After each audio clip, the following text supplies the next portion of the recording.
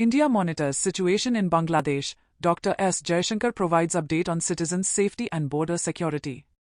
On the situation in Bangladesh, External Affairs Minister Dr. S. Jaishankar addressed the Rajya Sabha, highlighting the Indian government's ongoing efforts to ensure the safety and well-being of its citizens in the region. India-Bangladesh relations have been exceptionally close for many decades over many governments.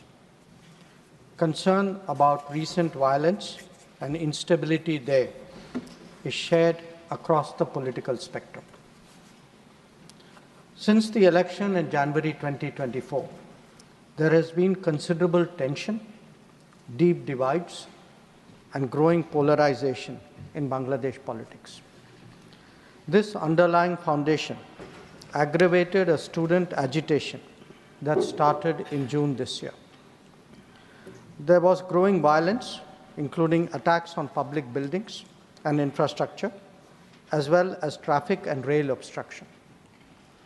The violence continued through the month of July.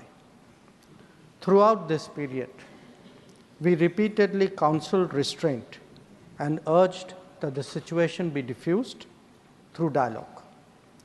Similar urgings were made to various political forces with whom we were in touch. So, despite a Supreme Court judgment on 21 July, there was no let-up in the public agitation. Various decisions and actions taken thereafter only exacerbated the situation.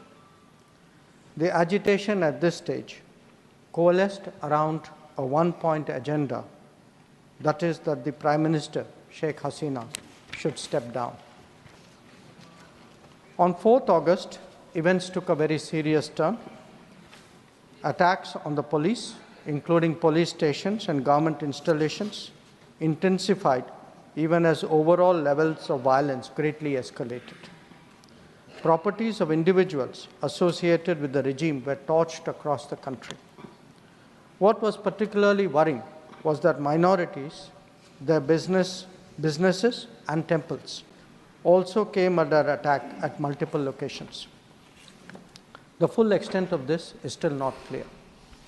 So, on 5th August, demonstrators converged in Dhaka despite the curfew. Our understanding is that after a meeting with leaders of the security establishment, Prime Minister Sheikh Hasina apparently made the decision to resign. At very short notice, she requested approval to come for the moment to India. We simultaneously received a request for flight clearance from Bangladesh authorities. She arrived yesterday evening in Delhi. The situation in Bangladesh, sir, is still evolving. The Army Chief, General Waqar-uz-Zaman, addressed the nation on 5th August. He spoke about assuming responsibility and constituting an interim government. We are in close and continuous touch with the Indian community in Bangladesh through our diplomatic missions. There are an estimated 19,000 Indian nationals there, of which about 9,000 are students.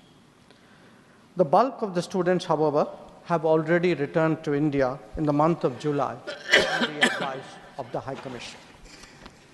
In terms of our diplomatic presence, in addition to the High Commission in Dhaka, we have assistant High Commissions in Chittagong, Rajshahi, Khulna, and Sylhet.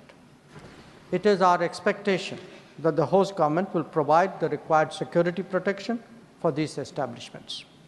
We look forward to their normal functioning once the situation stabilizes. Chairman, sir, we are also monitoring the situation with regard to the status of minorities. There are reports of initiatives by various groups and organizations to ensure their protection and well-being. We welcome that, but will naturally remain deeply concerned till law and order is visibly restored.